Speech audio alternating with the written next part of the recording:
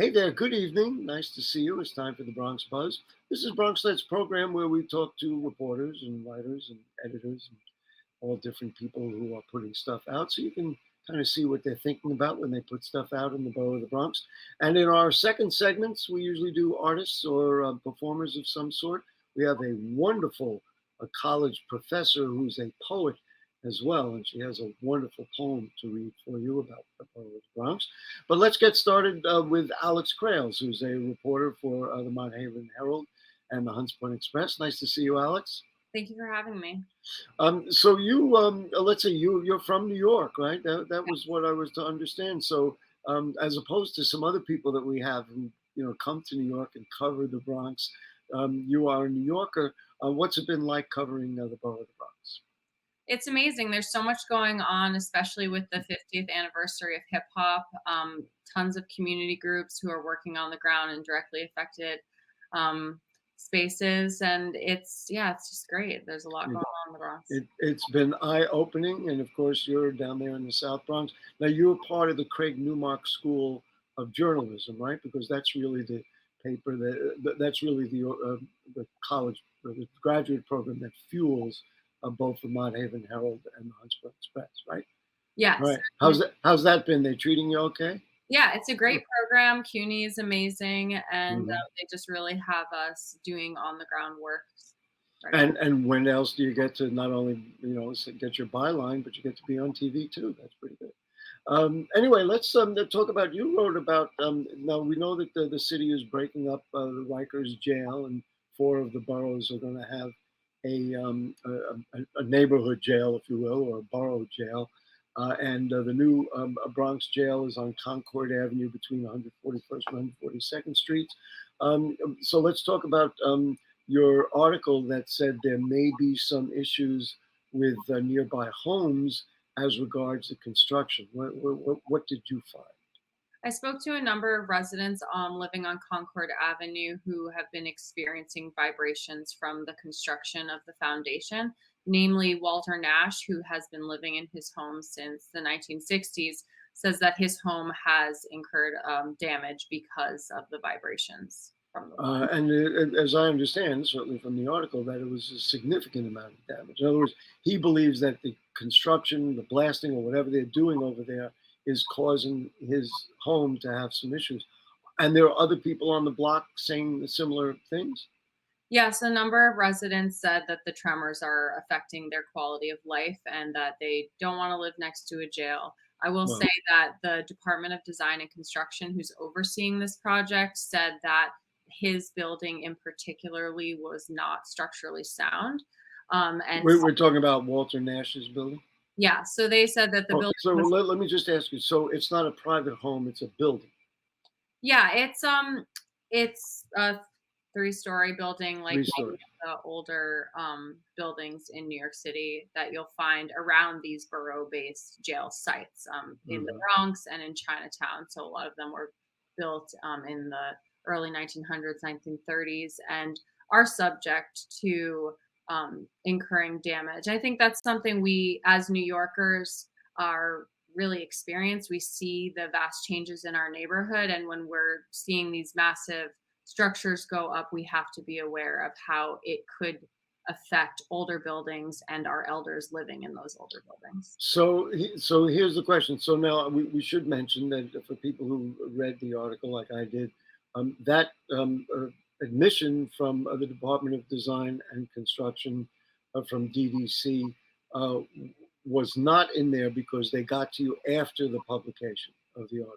And they did send a number of screenshots, Google images, and older records that claim that Walter Nash's house was unstable. But I think the larger question for us in New York communities is how we're going to take care of older structures and our elders in those communities as we see these huge projects go up. And I So know no, go ahead. Finish what you're saying because I was going to respond. there's a number of community organizations on the ground who have been really diligent in giving feedback to the mayor's office in particular. I know that there was a neighborhood advisory committee that was specifically trying to work out some of these problems ahead of time. and organizations like Bronx Connect, Halt Solitary, Jails Action Coalition. They're all really working directly with affected community members. So here's the thing. I mean, this is the first I'm hearing of it. Let's just say that, which I would presume it's true, that the building was structurally unsound. Does that mean it's okay to blast in that area and say, well, what can you do? It's not a good building. Or do you not blast, or you take precautions, or you fortify the buildings before you do it? So, you know what I'm saying? It's like they're saying, well, it was not a structurally sound building, so the heck with them. You know what I mean? It's like, if you know that you're in a neighborhood with old buildings, then either you don't do the construction that could affect those old buildings, or you evaluate the buildings beforehand. You add some improvements that'll, you know what I'm saying? Yeah, Just and seems a little odd that they would say, well, it's structurally unsound. Well, it's structurally unsound, then you don't blast next door and give it a problem, especially if people are living there. yeah, and in New York, I think a lot of people agree that no question Rikers has to be closed because of how dangerous and violent the facility is. How many people who have died there recently, and I think that while these borough-based jails are being constructed, this is the main concern for the community: is how we're going to take care to make sure that the neighborhoods and the people who have been living in their neighborhoods their whole lives are still able to carry on in their communities. I mean, it can be so complex. The whole idea of doing environmental impact statements before you build would be to have in the impact statement, we are aware that these are old buildings, and either they're going to put ballasts or other things to stop the noise from affecting, or the vibrations from affecting those buildings, or you handle it in a different way. But you don't, after the fact, say, well, they're old buildings. That should have been in the documentation before they started the construction, it would seem to me. Um, the other thing which is of concern is that, which you reported, is that people don't want to live near a jail. Um, is there going to be enough security around it? In other words, I guess there'll be people visiting, and I don't know. Does the presence of incarceration facility mean that around the incarceration facility there are there's unsavory people? I mean, do those attract crime? I don't know what the record is on those kinds of things, but that would be a concern.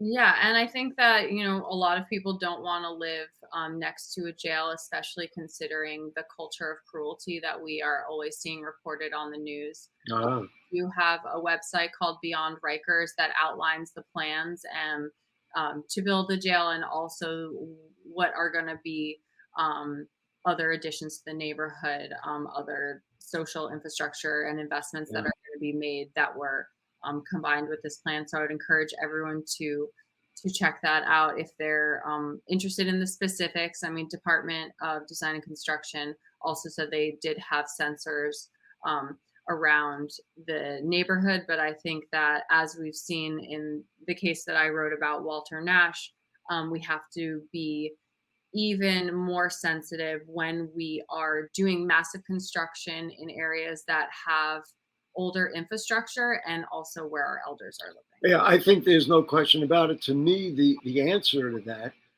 goes back to the planning stage, and that is because the city and other entities try to skirt the idea of environmental impact statements, and also skirt the idea of doing ULURP when necessary.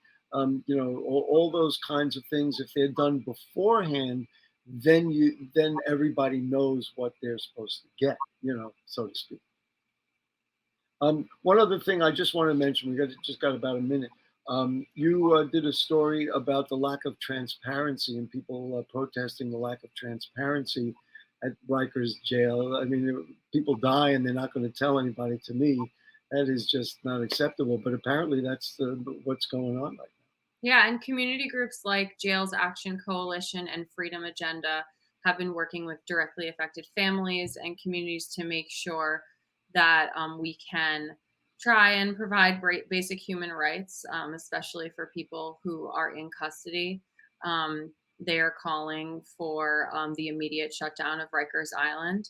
And Right. these borough-based jails have been proposed as an alternative. But my question is what we're going to do to make sure that everyone in custody Is taken care of, and we don't just perpetuate the biggest problems. Listen, I guess the good news is we have a reporter that really cares, and a reporter that really wants to do the right thing, and Alex Krales, the reporter for Mount Haven Herald and Hunts Point Express. I'm guessing you're going to be covering this straight through. Yes, I will continue. And thank you so much for Great. having me on the show. We love having you, and we'll have you back again. Okay, that will do it for this segment. What we'll do is we'll take a short break. When we come back, as I said, we have a wonderful Bronx poet who is well known, and she's going to read an extraordinary piece about the borough of the Bronx.